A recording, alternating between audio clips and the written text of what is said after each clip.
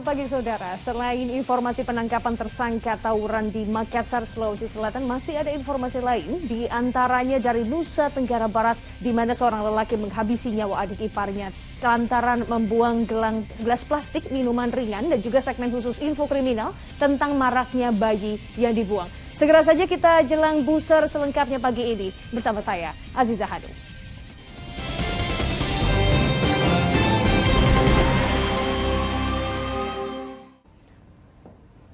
Saudara, 6 orang pemuda ditangkap polisi setelah dipergoki terlibat tawuran di Kota Makassar, Sulawesi Selatan Selasa dini hari. Penangkapan diwarnai kericuhan lantaran orang tua pelaku mencoba menghalangi polisi untuk membawa anaknya.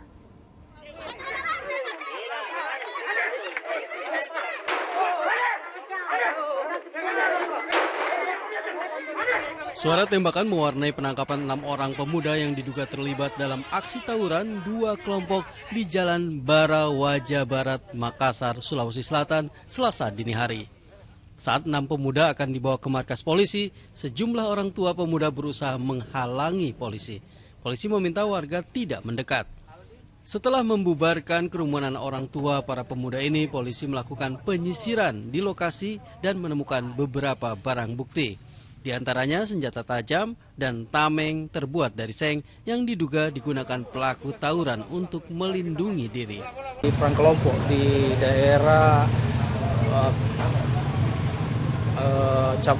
daerah Tambua dengan Macini, di mana diamankan remaja sekitar 6 orang yang diduga sebagai pelaku dari perang kelompok tersebut. Untuk barang bukti sementara ini belum ada sempat diamankan, namun mereka tertangkap di lokasi perang kelompok tersebut. Sebelum penangkapan, terjadi tawuran yang melibatkan 2 warga dari warga Tamua di Kecamatan Talo dan warga Macini dari Kecamatan Panakukang. Tawuran diduga akibat dendam lama antar 2 kelompok yang menyebabkan 1 orang di antaranya tewas terkena anak panah. Untuk mencegah tawuran susulan, polisi berjaga di lokasi kejadian. Andi Muhammad Sardi melaporkan dari Makassar, Sulawesi Selatan.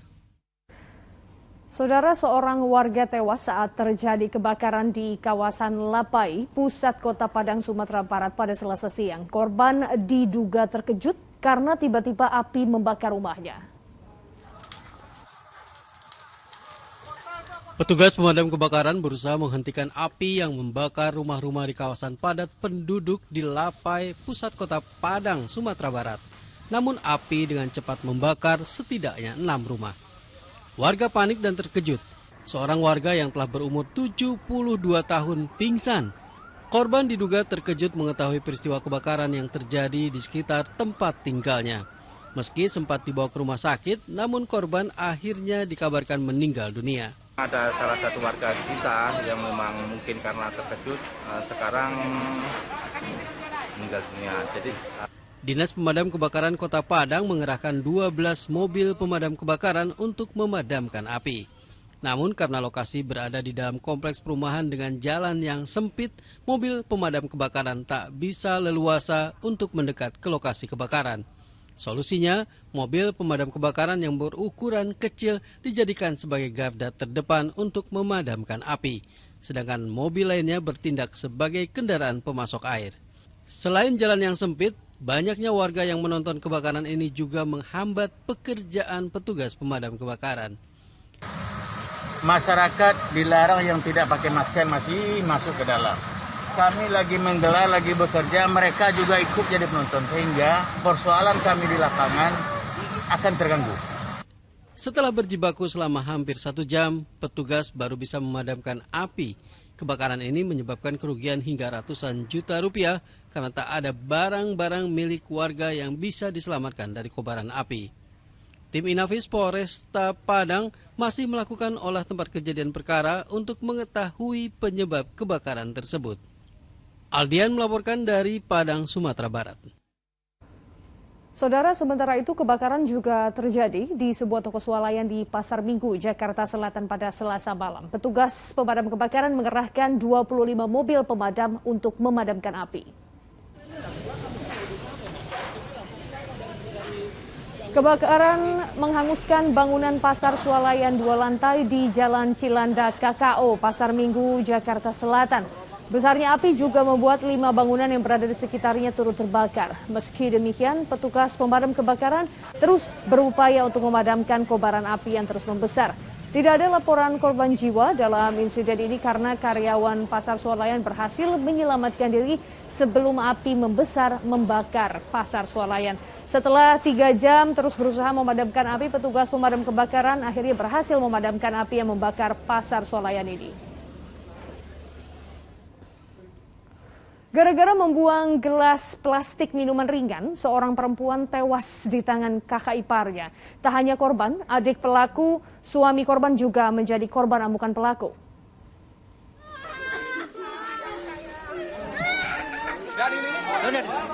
Isak tangis keluarga tak tertahan saat menyambut kedatangan jenazah Fitriah, 40 tahun, warga desa Mamben, Lauk, Kecamatan Pagesangan Barat, Mataram, Nusa Tenggara Barat, yang menegang nyawa di tangan kakak iparnya. Setelah korban dimakamkan, polisi datang ke TKP dan menggelar olah tempat kejadian perkara. Terduga H sudah kita tetapkan tersangka, ditahan di rutan. Motif masih kita dalami, sangkaan pasal yang kita terapkan 340. Sebelumnya seorang pria Baruhbaya warga lingkungan Mamben Lauk Kecamatan Pagesangan Barat Mataram Nusa Tenggara Barat dikeroyok massa setelah menghabisi nyawa adik iparnya. Warga kesal gara-gara masalah sepele korban membuang gelas plastik minuman ringan di rumahnya, tersangka tega membunuh korban. Tak hanya Fitriah, suami korban Masnus yang merupakan adik tersangka juga menjadi korban penganiayaan tersangka. Namun beruntung Masnus masih bisa selamat dan hanya menderita luka tikam di pundak dan pinggangnya karena melawan, hingga tersangka terjatuh dan melarikan diri. Riyadi Sulhi melaporkan dari Mataram, Nusa Tenggara Barat. Gara-gara ditegur sang ibu, seorang remaja warga Kecamatan Mayong, Jepara, Jawa Tengah, tega menganiaya ibu kandungnya hingga tewas. Sang ibu menegur anaknya karena terlalu asik menonton televisi dan tidak mau bekerja. Aparat Polres Jepara, Jawa Tengah menangkap MF 17 tahun warga Kecamatan Mayong setelah menganiaya ibu kandungnya. Sang ibu menegur anaknya karena asik tiduran sambil menonton TV seharian dan tidak mau bekerja. Teguran korban membuat sang anak kalap. Tiba-tiba pelaku mengambil senjata tajam yang ada di dekatnya dan menganiaya korban. Korban sempat dilarikan ke rumah sakit PKU Muhammadiyah Mayong. Naas, nyawa korban tidak bisa diselamatkan. Terjadi percekcokan karena apa?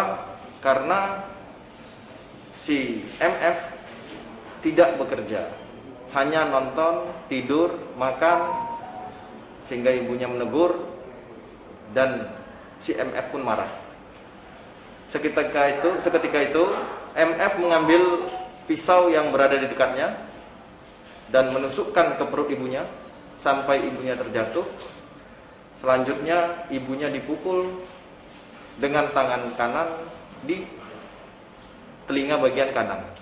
Pelaku kini mendekam di sel tahanan Polres Jepara dan terancam hukuman 15 tahun penjara. Taufan Yuda melaporkan dari Jepara, Jawa Tengah. Ke informasi selanjutnya, Saudara, aparat Polrestabes Makassar, Sulawesi Selatan menangkap sejumlah anggota geng motor yang 2 diantaranya terlibat dalam aksi penyerangan permukiman warga di Kota Makassar, Sulawesi Selatan pada Selasa dini hari. Peristiwa gerombolan geng motor menyerang pemukiman warga di Jalan Manuruki, Makassar, Sulawesi Selatan terjadi pada Sabtu pekan lalu. Dari rekaman kamera saat terjadi serangan, polisi kemudian mengidentifikasi salah satu sepeda motor yang berada di lokasi dan menangkap seseorang bernama Ian, umur 19 tahun di sekitar Jalan Andi Ngade, Kota Makassar, Sulawesi Selatan pada Selasa dini hari. Setelah penangkapan tersebut, polisi lalu menangkap rekan pelaku. Dari tangan tersangka, polisi menyita motor, tembakau gorila, dan obat-obatan yang diduga dikonsumsi mereka. Penyidik Polda Metro Jaya dan Polres Metro Tangerang Kota terus mengusut kasus penembakan terhadap Ustadz berinisial AR di kawasan Tangerang. Sejauh ini penyidik sudah memeriksa 5 orang saksi serta menganalisa rekaman kamera pengawas CCTV dan proyektil yang ditemukan di lokasi. Kelanjutan kasus penembakan Ustadz AR disampaikan oleh Kabid Humas Polda Metro Jaya, Kombes Pol Yusri Yunus. Menurutnya saat ini penyidik Ditreskrimum Polda Metro Jaya dan Polres Metro Tangerang Kota telah memeriksa 5 orang saksi. Penyidik juga tengah menganalisa rekaman kamera pengawas dan proyektil yang ditemukan di rumah korban. Sebelumnya Ustadz AR yang merupakan ketua majelis taklim tersebut ditembak orang tak dikenal di depan rumahnya di daerah Kunciran, Tangerang. Peristiwa tersebut terjadi saat korban pulang dari masjid usai melaksanakan sholat maghrib pada hari Minggu pada 3 hari lalu. Korban mengalami luka tembak dan meninggal dunia saat dibawa ke rumah sakit. Saksi kemungkinan akan bertambah lagi. Kemudian juga tim masih melakukan analisa CCTV yang ada, ya, karena memang kejadiannya sudah mulai gelap, ya, termasuk juga beberapa alat-alat bukti yang lain, termasuk proyektil. Karena penembakan itu menembus, kemudian proyektilnya sempat menyasar ke pintu rumah si korban sendiri. Dari proyektilnya kemudian dari tim lapor sedang menganalisa untuk mengetahui senjata apa yang digunakan oleh pelaku ini. Saudara, sejumlah informasi kriminal dari berbagai daerah telah kami rangkum dalam Buser 6.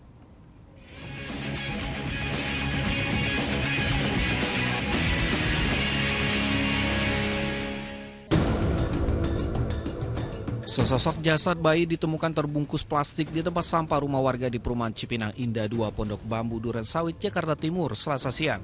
Penemuan jasad bayi ini sempat membuat warga heboh. Jasad bayi pertama kali ditemukan oleh seorang warga yang tengah memberi makan kucing.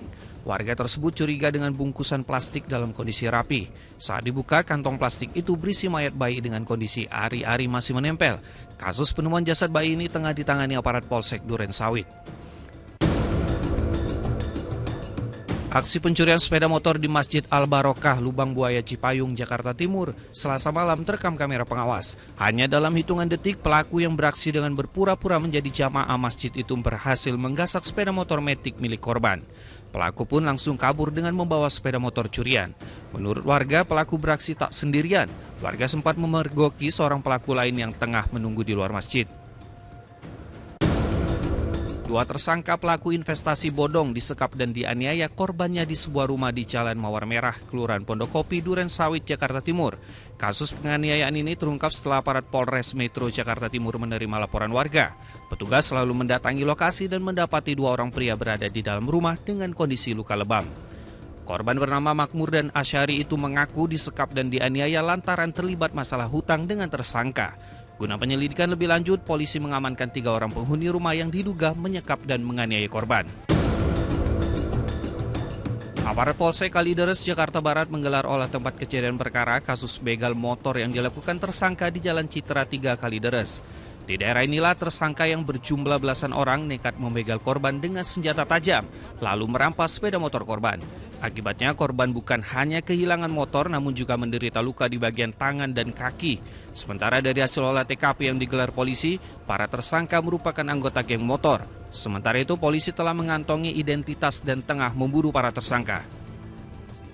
3 anggota geng motor di Bekasi, Jawa Barat diringkus aparat Polsek Pondok Gede, Kota Bekasi. Ketiganya ditangkap setelah terlibat bentrok antar geng motor di Jalan Arteri Jor Jatiwarna, Pondok Melati, Kota Bekasi.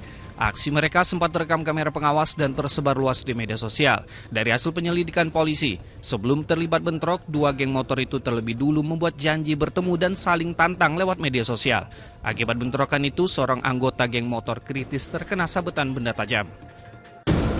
Seorang pengendara sepeda motor tewas akibat ditabrak minibus dari arah belakang di Desa Banjarharja, Kecamatan Kali Pucang, Kabupaten Pangandaran. Menurut salah seorang saksi, korban diserempet minibus hingga korban terjatuh dan terluka parah di bagian kepala. Setelah menabrak korban, minibus berwarna hitam itu langsung melarikan diri. Kasus kecelakaan ini tengah ditangani aparat Polres Ciamis, Jawa Barat. Saudara, belakangan ini marak orang tidak bertanggung jawab yang tega membuang darah dagingnya sendiri. Apa alasannya sampai buah hati dibuang, bukan disayang? Nantikan informasinya dalam segmen khusus Buser Pagi Info Kriminal sesaat lagi.